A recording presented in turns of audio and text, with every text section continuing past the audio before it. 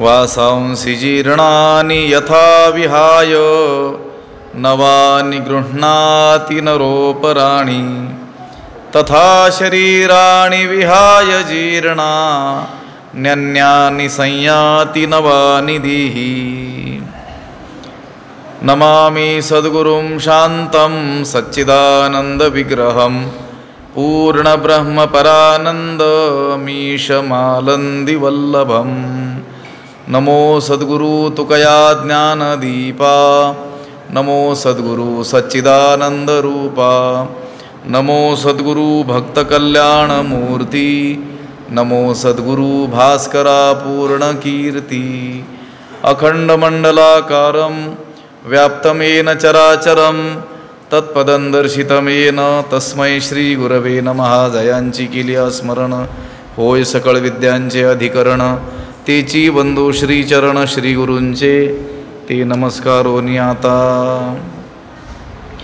वासांसि जीर्णानि यथा विहाय नवानि गृह्णाति नरोपराणि तथा शरीराणि विहाय जीर्णान्यन्यानि संयाति नवानि दीहि। ग्रंथराज ज्ञानेश्वरीच्या दुसऱ्या अध्यायाचं चिंतन आपण करत आहोत आणि या दुसऱ्या अध्यायातील 22व्या क्रमांकाचा हा श्लोक आहे। या श्लोकाचा अन्वय आणि अर्थ एकदा आपण पाहूया। यथा नरः जीर्णानि वासांसि विहाय अपराणि नवानि गृह्णाति तथा दीहि जीर्णानि शरीरानि विहाय अन्यानि नवानि संयाति। त्याचा अर्थ असा होतो, यथा म्हणजे ज्याप्रमाणे, नरः म्हणजे मनुष्य, जीर्णानि वासांसि विहाय जीर्ण झालेली जुनी अशी वस्त्रे टाकून काय करतो, अपराणि नवानि गृह्णाति दुसरी नवी वस्त्रे काय करतो, परिधान करतो, दुसरी नवी वस्त्र घेतो। हे झालं उदाहरण। ज्याप्रमाणे मनुष्य जुनी वस्त्रे टाकून दुसरी नवी घेतो, तथा त्याप्रमाणे देही म्हणजे हा जीवात्मा, हा देहधारी जीवात्मा काय करतो, जीर्णानि शरीरानि विहाय जुनी शरीरे टाकून, जीर्ण शरीर टाकून अन्यानी नवानी संयाती म्हणजे नवी शरीर काय करतो, दुसरी नवी शरीर धारण करतो, असा या श्लोकाचा काय आहे अर्थ आहे। आत्मा हा अविनाशी आहे, शरीर ही काय आहेत, नाशवान आहेत। अंतवंत इमे देहा नित्यस्योक्ता शरीरिणः अनाशिनो प्रमेयस्य तस्माद्युध्यस्व भारत। इमे देहा अंतवंतः, हे जे देह आहेत, ही जी शरीरं आहेत ही नाशवान आहेत आणि शरीर जाता घवे, हे नाशवंत स्वभावे म्हणून तुवा झुंजावे पंडू कुमारा। शरीर नाशवान आहेत, पण ज्याची ही शरीरे आहेत तो कसा आहे, नित्य आहे, अविनाशी आहे आणि अप्रमेयस्य प्रत्यक्षादी प्रमाणांना विषय न होणारा असा तो जीवात्मा। त्याचे हे इमे देहा अंतवंत, त्याचे हे देह कसे आहेत, नाशवंत आहेत। म्हणजे आत्मा अविनाशी आहे, नित्य आहे हे सांगितलेलं आहे। आता त्या आत्म्याची जी शरीर आहेत ती विनाशी आहे आणि त्या शरीराचा, जीर्ण झालेल्या शरीराचा त्याग करून तो आत्मा नव्या शरीरात काय करतो, प्रवेश करतो। कसं ते उदाहरण दिलं त्यांनी, नित्य परिचयाचं, सगळ्यांच्या परिचयाचं। वासांसि जीर्णानि यथा विहाय, यथा ज्याप्रमाणे मनुष्य जीर्णानि वासांसि जुनी झालेली वस्त्र विहाय टाकून दुसरी नवी काय करतो, स्वीकारतो, त्याचप्रमाणे हा देहधारी जीवात्मा काय करतो, जीर्ण शरीर टाकतो आणि दुसरी नवी शरीर काय करतो, धारण करतो। ज्याप्रमाणे मनुष्य लज्जा रक्षणार्थ काय करत असतो, वस्त्र परिधान करतो, परंतु ती वस्त्र आणि त्याचं शरीर यांचा काही संबंध नाही आहे। ते वस्त्र जीर्ण झाले म्हणजे शरीर जीर्ण झालं का? वस्त्र फाटले म्हणजे त्या शरीराला काही इजा झाली का? नाही झाली. ती जीर्ण झालेली वस्त्र मनुष्य काय करतो? टाकतो. आणि दुसरी काय करतो? नवी. तसा हा विषम दृष्टांत आहे, पण एक तो विषय कळण्याकरता दिलेला आहे. माणसाला जुनी कपडे टाकून नवी घालायला आवडतं, है ना? पण इथं जुना देह त्यागू इच्छितो का माणूस? नाही इच्छित. दृष्टांत कसा वाटतो मग? हा विषम वाटतो. एखाद्या संस्कृत टीकेमध्ये असं सांगितलेलं आहे, त्याचंही उत्तर दिलेलं आहे. जीर्ण वस्त्र टाकून माणूस काय करतो? नवी घालतो. पण इथं तर जुनं शरीर टाकावंसं तर वाटत नाही त्याला. नवीन शरीर धारण करण्याकरिता जुनं शरीर काय करावं लागेल? टाकावं लागेल. पण ते टाकावं वाटत नाही. जुने वस्त्र मात्र त्याला काय करावं वाटतं? टाकावे वाटतं. पण कधी कधी जुनी वस्त्र देखील टाकावी वाटत नाहीत. आता समजा तुमच्या अंगावर असलेली जुनी वस्त्र, पण ती जर अशी काही भरजरी वस्त्र असतील, पूर्वीच्या काळी विणकाम केलेली जी वस्त्र असायची, ज्याच्यामध्ये सोन्याचा देखील काय केलेला असायचा? प्रयोग केलेला असायचा. तुम्हाला म्हटलं ते तुमच्या अंगावरचं जुनं वस्त्र द्या आम्हाला आणि हे नवं घ्या. नवं कोणतं? टेरिकोटचं कापड आणून शिवलेलं. घेईल का माणूस? नाही. हा दृष्टांत कसा आहे? विषम दिलेला आहे. एवढंच त्यातून सांगायचं आहे की त्या शरीराचा आणि शरीरावर परिधान केलेल्या वस्त्राचा ज्याप्रमाणे काही संबंध नसतो, आणि मनुष्य साधारणतः जुनी वस्त्र टाकतो, नवी काय करतो? परिधान करतो. अगदी त्याच पद्धतीनं हा देहधारी जीवात्मा काय करतो? जीर्ण शरीर टाकतो आणि दुसरी नवी काय करत असतो? धारण करीत असतो. शरीराचा आणि वस्त्राचा ज्याप्रमाणे संबंध नाही, त्याप्रमाणे त्या जीवात्म्याचा आणि तो धारण करत असलेल्या शरीराचा दिकांचा देखील काही संबंध नाही. शरीराच्या नाशानं त्या जीवात्म्याचा नाश होत नाही, एवढंच सांगायचं. कपडे फाटल्यानं त्या माणसाचं काही नुकसान होत नाही. तो काय करतो? दुसरे धारण करतो. त्याच पद्धतीनं एक देह, त्याचं प्रारब्ध संपलं, तो नष्ट झाला की तोच जीवात्मा काय करतो? त्या देहाचा त्याग करून दुसऱ्या देहामध्ये काय होतो? प्रविष्ट होतो. जैसे जीर्ण वस्त्र सांडीजे मग नूतन वेढीजे, तैसे देहांतरा ते स्वीकारीजे चैतन्यनाथे. जैसे जीर्ण वस्त्र सांडीजे, ज्याप्रमाणे माणसानं काय करावं? जुने वस्त्र टाकावेत, मग नूतन वेढीजे, आणि नंतर मग काय करावं? नवीन नेसावं.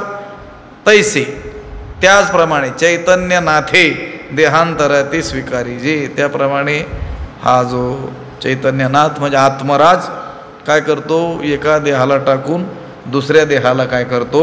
धारण करतो. चैतन्यनाथ म्हणजे आत्मराज, आत्मा.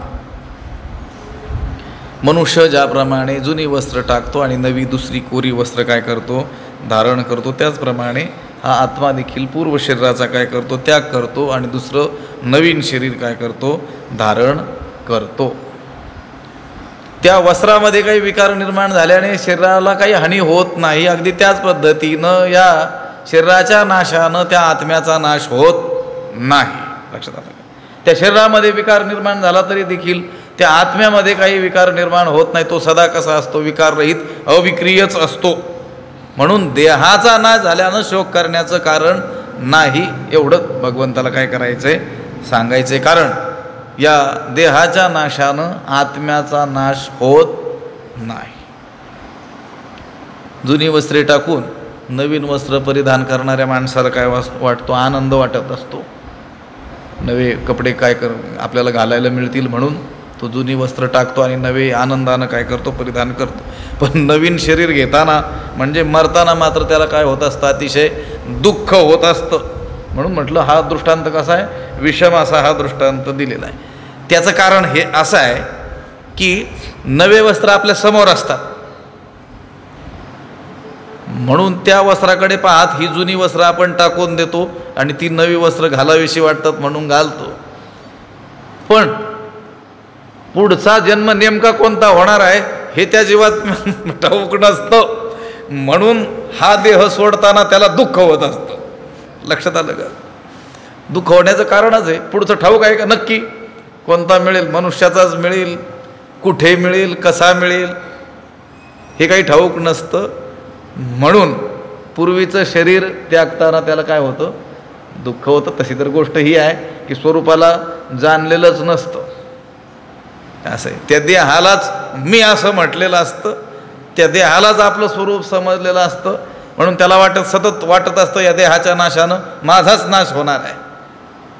म्हणून तो देह त्यागू इच्छित नाही. गोष्ट खरी ही आहे की देहाचा आणि त्या जीवात्म्याचा काडी मात्रही काही संबंध नाही आहे. जैसे जीर्ण वस्त्र सांडीजे मग नूतन वेढीजे तैसे देहांतराते नैनंदहति पावकः न चैनं क्लेदयन्त्यापो न शोषयति मारुतः एनं शस्त्राणि न छिन्दन्ति एनं पावकः न दहति एनं आपः न क्लेदयन्ति च मारुतः न शोषयति. एनं म्हणजे याला म्हणजे आत्म्याला. विषय कशात चालला? आत्म्याचा. ह्या आत्म्याला शस्त्रे तोडीत नाहीत, याला अग्नी जाळीत नाही, याला पाणी भिजवू शकत नाही आणि याला वारा सुकवू शकत नाही. कशाला? आत्म्याला. मागचा आत्ताचा जो श्लोक गेला वासांसी जीर्णानि यथा विहाय, या श्लोकामध्ये देहाला काय केलं आहे? वस्त्राची काय केली? उपमा दिली. जसा मनुष्य जुने वस्त्र टाकतो नवे परिधान करतो त्याचप्रमाणे हा आत्मा जीवात्मा जीर्ण शरीराचा काय करतो? त्याग करतो, नव्या शरीराचा स्वीकार करतो. म्हणजे देहाला वस्त्राची काय केली? उपमा दिलेली आहे. आता देहाला वस्त्राची उपमा दिल्यानंतर शंका येऊ शकते की जर आपण शरीरावर घातलेली जी वस्त्र आहेत त्या वस्त्रावर जर आघात केला, शस्त्रानं घात केला, किंवा आता पाऊस पडला होता मगाशी, त्या पावसात जर हे वस्त्र काय झाले? भिजले, किंवा हे वस्त्र अंगावर असताना त्या वस्त्राला अग्नीनं काय केलं? जाळलं, तर ते वस्त्र ज्या देहावर परिधान केलेलं आहे त्या देहाला थोडा बहुत तरी काय होईल? विकार होईल की नाही? अंगावर पाणी टाकलं, वस्त्र भिजले, वस्त्र भिजण्याबरोबरच देहसुद्धा काय होईल? भिजेल की नाही? किंवा त्या कपड्याला आग लागली, ते कापड जळालं, त्याबरोबर शरीराला चटका बसेल की नाही? किंवा त्या माणसाला आता काठीनं आघात केला, त्या कपड्यावर केला, त्याच्या अंगाला त्याच्या शरीराला लागेल की नाही? काहीतरी विकार उत्पन्न होईल की नाही? मग शंका अशी येते की देहावर जर आघात केला तर मग तो देहधारी जो जीवात्मा आहे, त्या देहात वास करणारा जो आत्मा आहे, ह्या देहाबरोबर त्या आत्म्याच्या ठिकाणी काही विकार उत्पन्न होईल की नाही? शंका लक्षात आली की नाही? देहाला जर वस्त्राची तुम्ही काय केली? उपमा दिली. देह म्हणजे वस्त्र. ज्याप्रमाणे वस्त्र आपण बदलतो त्याप्रमाणे हा जीवात्मा देह काय करतो? बदलतो. उपमा तुम्ही वस्त्राची दिली, पण त्या वस्त्रावर आघात केल्यानं देहावर आघात होतो, त्या वस्त्राला जाळल्यानं थोडी बहुत त्या शरीराला इजा होते. लक्षात आलं का? त्याला भिजवलं त्या वस्त्राला, अंगावर पाणी शिंपडलं तर तो देहसुद्धा काय होतो? ओला होतो. मग अगदी त्याच पद्धतीनं तुम्ही देहाला वस्त्र म्हणता, वस्त्रासारखा आहे तो. जसं आपण वस्त्र परिधान केलं तसं जीवात्म्यानं हे शरीर काय केलेले? धारण केलेले आहेत. तर मग या देहावर आघात झाल्यानं त्या जीवात्म्याला थोडा बहुत तरी आघात व्हायला पाहिजे ना, विकार व्हायला पाहिजे की नाही? अशी शंका जर येत असेल तर त्याला उत्तर ह्या श्लोकामध्ये दिलेलं आहे. त्या शंकेचं निवारण ह्या श्लोकात केलेलं आहे की आत्मा हा निरवयव आहे, देह काय आहे? अवयववान आहे, सावयव पदार्थ आहे देह. म्हणून त्या वस्त्र परिधान केलेल्या देहामध्ये देखील काय होतो? विकार निर्माण होतो. त्या वस्त्राला मारलं तर त्या देहाला लागेल, त्या वस्त्राला भिजवलं तर देह भिजेल, त्या वस्त्राला जाळलं तर देह भिजेल.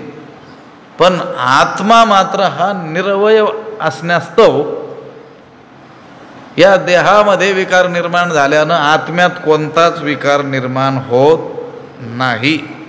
लक्षात आलं का? भलेही देह हा हे देह त्या आत्म्याचा काय असेल, आत्म्याचं वस्त्र असेल.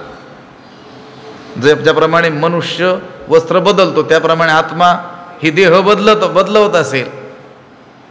पण मग वस्त्राच्या ठिकाणी विकार निर्माण झाल्यानं देहात ज्याप्रमाणे देहाच्या ठिकाणी विकार होतो तसा देहात विकार झाल्यानं देहधारी त्या जीवात्म्याच्या ठिकाणी कोणताच विकार उत्पन्न होत नाही.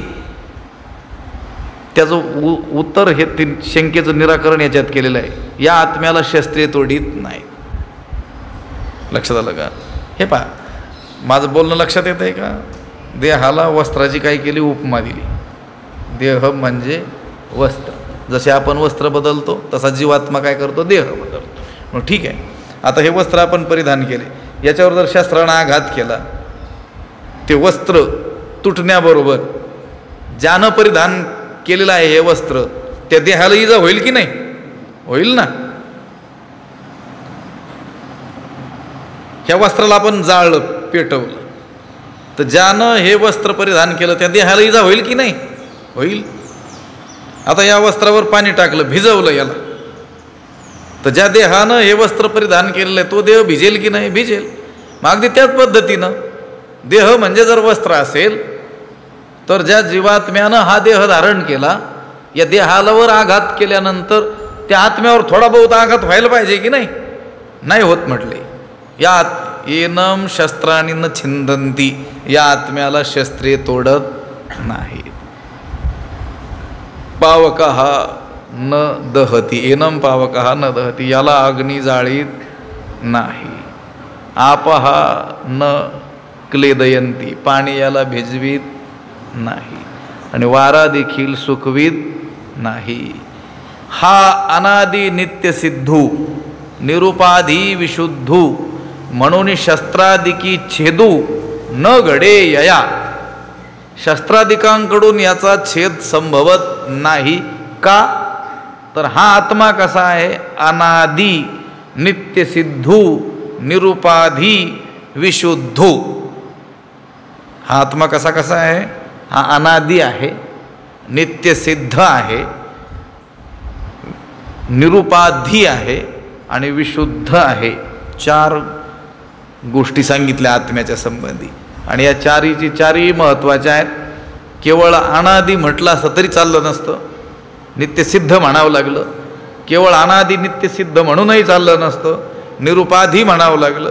आणि केवळ अनादि नित्यसिद्धू निरुपाधी एवढं म्हणूनही चाललं नसतं, विशुद्धही म्हणावं लागलं. हा आत्मा अनादि म्हणजे उत्पत्ती रहित आहे. आदिर्यस्य न विद्यते स अनादि, ज्याचा आरंभच नाही आहे, ज्याची उत्पत्तीच नाही आहे, असा हा आत्मा आहे. नित्य सिद्ध आहे, नित्य सत्तारूप आहे, सतत तो आहेच आहे. निरुपाधी, उपाधी रहित तो आहे.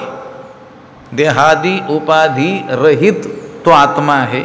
आणि विशुद्ध अविद्यादी मल रहित तो आहे. म्हणून शस्त्रादिकांकडून त्याचा छेद संभवत नाही.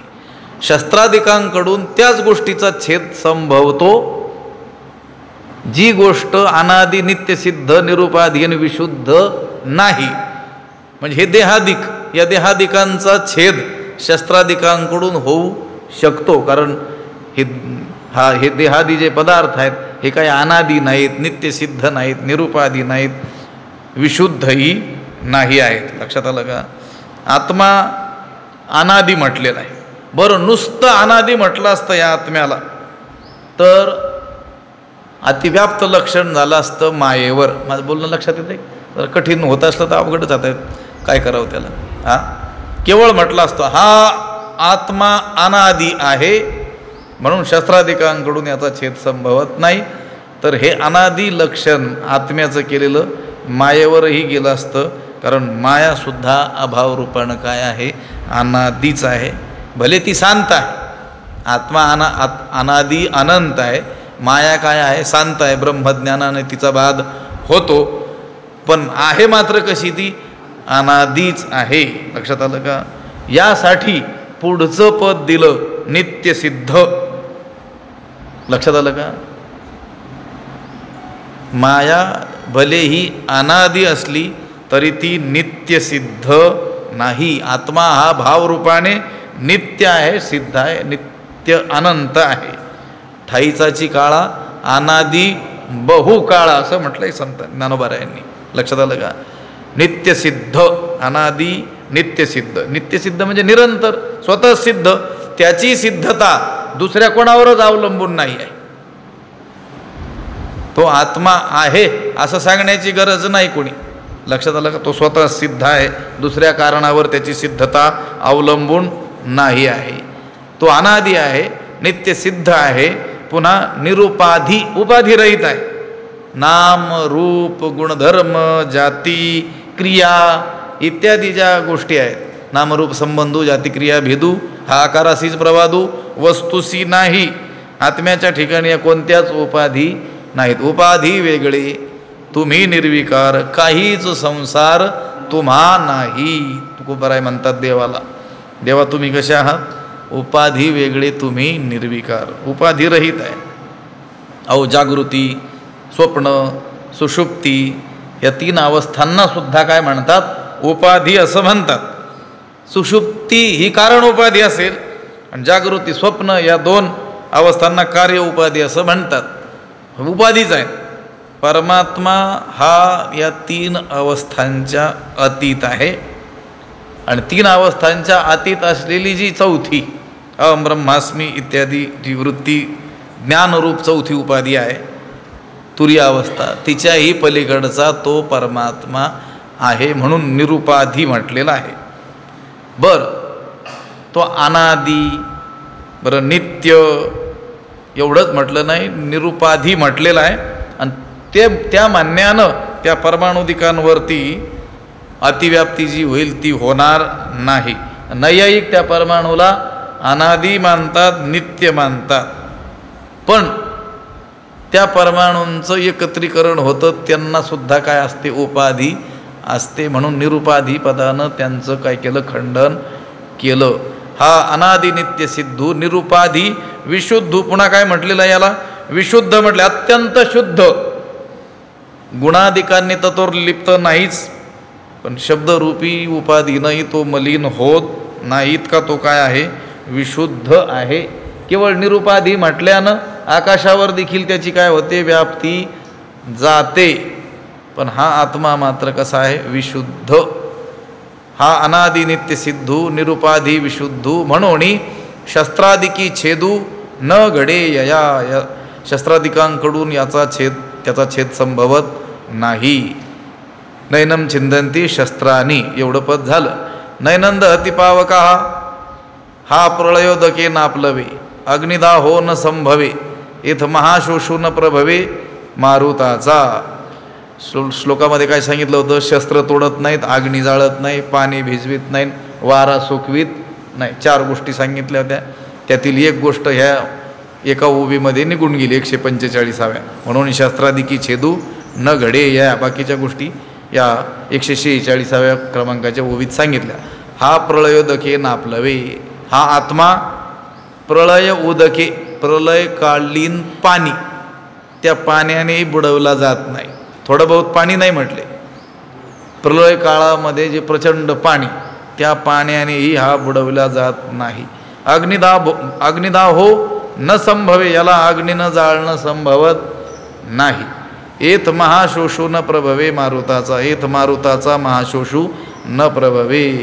वाऱ्याचं जे अतिशय शुष्क करण्याचं जे सामर्थ्य आहे ना, ते याच्या ठिकाणी प्रकट होत नाही. वारा याला सुकवू शकत नाही. हा प्रळयोदके नापलवे. अग्निदा हो न संभवे. एथ महाशोषू न प्रभवे मारुताचा. असा हा आत्मा आहे. देहादी सर्व जे पदार्थ आहेत त्यांचा शस्त्रादिकाने छेदही होतो. पुन्हा पाण्याने ते भिजवले जातात, बुडविले जातात. नाही थोड्या बहुत पाण्यानं, प्रळय काळच्या पाण्यानं तर सगळी सृष्टीच काय होते? त्याच्यामध्ये बुडून जाते.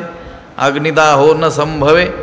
ह्या आत्म्याला अग्नी जाळू शकत नाही, पण देहादी पदार्थांना अहो देह हे नावच कसं काय आलं, दह्यते इति देह हा जळतो म्हणून त्याला काय म्हणतात, देह म्हणतात. समस्त सृष्टीला अग्नी जाळू शकतो, आत्म्याला जाळू शकत नाही. आणि येत महाशोषू न प्रभवे मारुताचा. आणि वाऱ्याचं जे शुष्क करण्याचं सामर्थ्य आहे ना, ते सुद्धा येथे प्रकट होऊ शकत नाही. एक गोष्ट आठवली म्हणून सांगतो. हा श्लोक आलाय तर, नैनम छिंदंती शस्त्राणी नैनंद हती पावकः न चैनं क्लेदयंत्यापो न शोषयती मारुतः. आत्म्याचा विषय आहे हा. एक महापंडित हा श्लोक घेतला आणि त्याच्यावर प्रवचन करत होता. नैनम छिंदंती शस्त्राणी, आत्म्याला शस्त्र तोडू शकत नाहीत, अग्नी जाळू शकत नाही, पाणी भिजवू शकत नाही, वारा सुकू शकत नाही.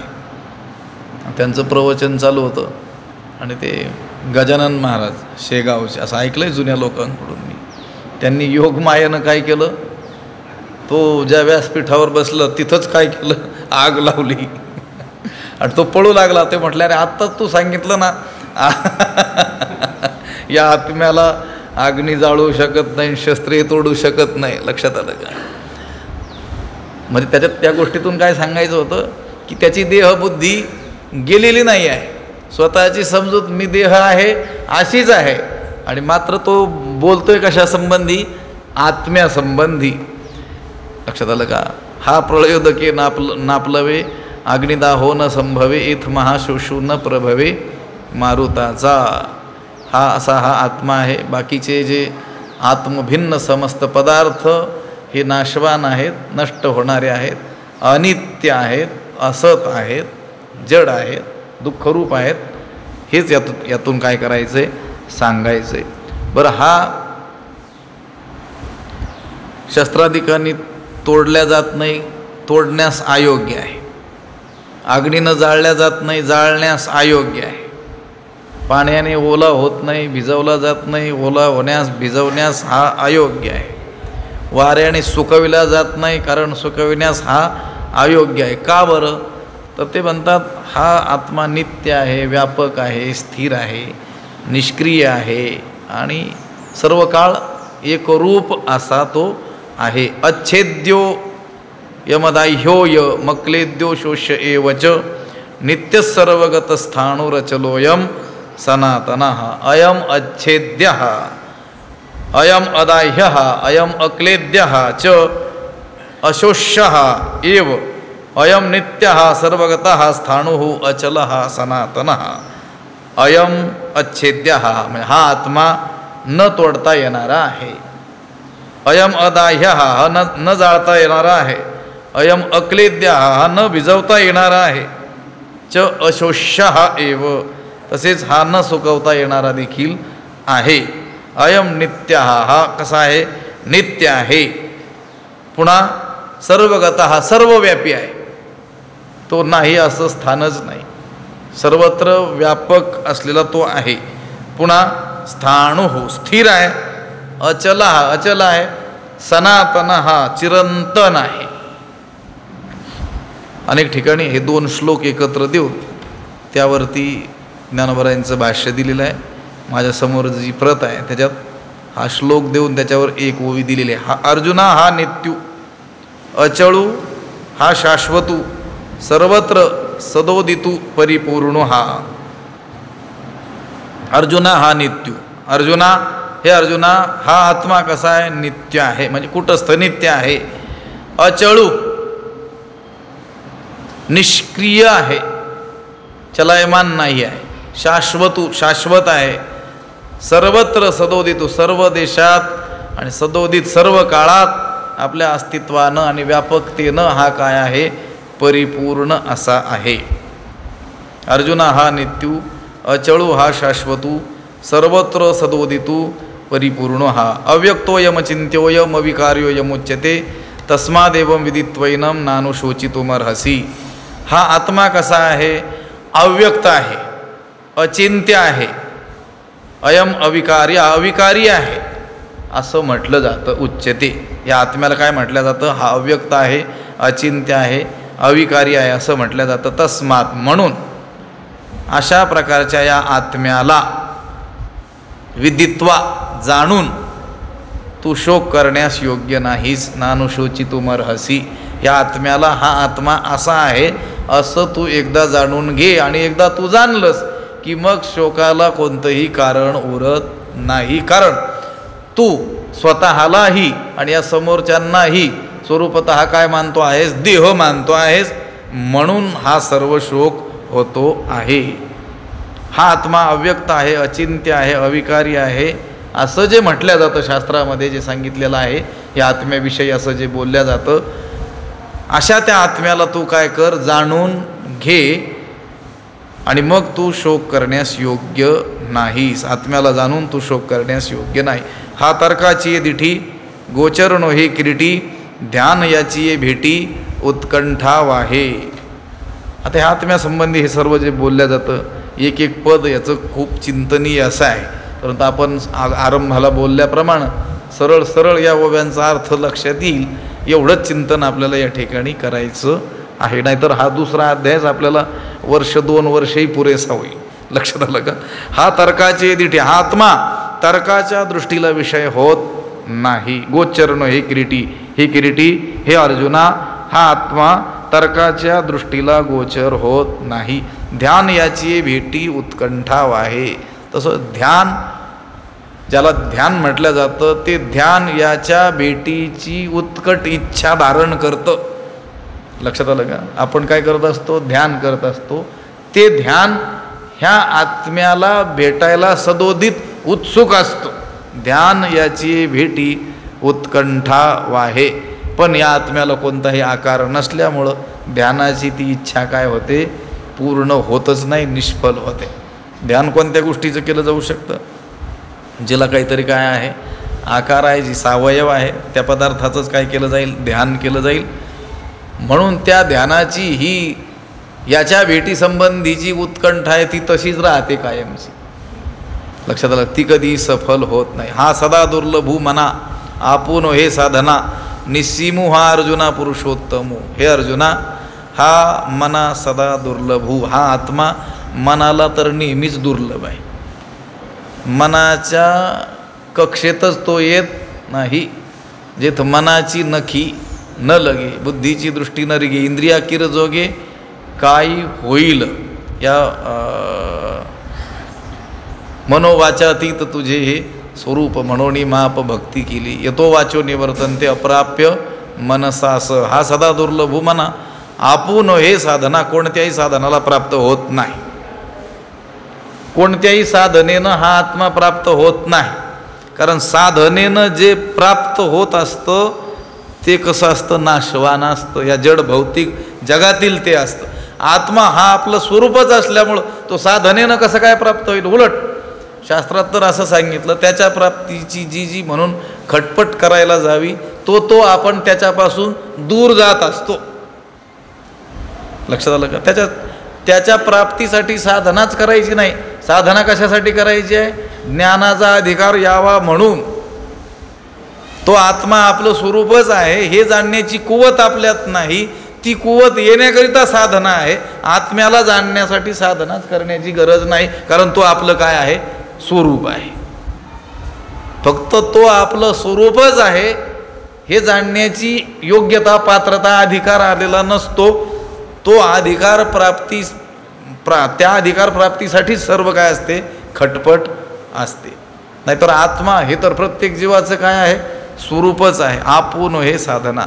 निस्सीमो हा अर्जुना पुरुषोत्तमो. देशतः कालतः आणि वस्तुतः हा काय आहे? अमर्याद आहे, निस्सीम आहे, सीमारहित आहे. पुरुषोत्तमो क्षराक्षरातीत, कार्यकारणातीत हा उत्तम पुरुष आहे. हा गुणत्रयारहितू अनादि अविकृतू व्यक्तिसी अतितू सर्वरूप. हा आत्मा कसा आहे? त्रयगुणरहित, सत्व रज तम या 3 गुणांनी रहित आहे. अनादि आहे, अविकृतू अविकारी आहे आणि व्यक्तिसी अतितू सर्वरूप. स्थूल सूक्ष्म सर्व प्रकारच्या आकाराच्या पलीकडचा आणि सर्व रूप तो आत्मा आहे. अर्जुना ऐसा हा जाणावा, सकळात्मको देखावा. मग सहजे शोकू आघवा हरेल तुझा. हे अर्जुना, हा आत्मा अशा प्रकारचा आहे असं जाणावं. सकळात्मको देखावा. आणि हा आत्मा सर्वात्मक आहे, केवळ माझ्यातच आहे असं नाही, तर चराचरात तोच आहे असं ज्ञानदृष्टीनं पाहावं, देखावा, पाहावं. असं जर करशील मग सहजे शोक वाघवा हरेल तुझा. आत्मा हा सर्वात्मक आहे असं जाणल्यानंतर शोकाचा आश्रय आणि विषय हे द्वैतच राहत नाही. माझ्यात जो आत्मा आहे तोच काय आहे, दुसऱ्यामध्ये आहे. सर्व घटी राम देहादिही एक. सर्व घट जीवमात्रामध्ये स्वरूपानं नांदणारा जो आत्मा आहे तो माझंच काय आहे, स्वरूप आहे. असं ज्यावेळेस आपण जाणू, तत्वतः त्याला जाणू, त्यावेळेस शोक करण्याला काहीच कारण राहत नाही. मग सहजे शोक आघवा हरेल तुझा. असं जाणल्यानंतर शोक करण्यास काही कारणच शेष राहणार नाही. अर्जुना ऐसा हा जाणावा, सकळात्मको देखावा, मग सहजे शोक आघवा हरेल तुझा. अनेक पाठभेद झालेले होते, अनेक दोष याच्यामध्ये शिरलेले होते, ज्याला आत्ताच्या भाषेत आपण काय म्हणू, प्रिंटिंग मिस्टेक. त्या काळात काही प्रेस नव्हत्या, परंतु एकाकडं उपलब्ध असलेल्या प्रतीवरून दुसरा माणूस काय करायचा, उतरवून घ्यायचा. मग तो लेखक जो असायचा त्याच्या प्रमादानं, त्याच्या चुकांमुळं अनेक दुसरे शब्द त्याच्यामध्ये आले होते, किंवा काही लोकांनी जाणून बुजून त्याच्यामध्ये घुसडवलेले असतील. तर ज्ञानोबरायांच्या उत्तर 300 वर्षानंतर, उत्तर काळात, शांतीब्रह्मसंत एकनाथ महाराज यांना ज्ञानोबरायांनीच आज्ञा देऊ ही ज्ञानेश्वरी शुद्धीकरणाचं काम त्यांच्यावरती सोपवलं. आणि मग नाथ महाराजांनी ज्ञानोबरायांना अपेक्षित अशी जी ज्ञानेश्वरी आहे ती आपल्यासमोर ठेवली. आत्ता आपण ज्या ज्ञानेश्वरीचा अभ्यास करतो आहोत ती नाथ महाराजांनी शुद्ध केलेली ज्ञानेश्वरी. शुद्ध म्हणजे ग्रंथपूर्वीचा ती शुद्ध, परिपाठांतरी शुद्ध अबद्ध. लक्षात आलं का? ग्रंथपूर्वीचाच शुद्ध आहे तो, परंतु पुढे पुढे काळ गेल्यानंतर त्याच्यामध्ये अशुद्ध्या घुसलेल्या होत्या, त्या नाथरायांनी काय केल्या, दूर केल्या. आणि ज्ञानेश्वरी पूर्ण शुद्ध झाल्याची जी तिथी आहे तो काय आहे, आजचा दिवस आहे. म्हणून त्यालाच आपण ज्ञानेश्वरी जयंती म्हणून काय करतो, साजरा करतो. व तुकाराम पंढरीनाथ भगवान की जय. माऊली ज्ञानेश्वर विठ्ठल विठ्ठल विठ्ठल विठ्ठल.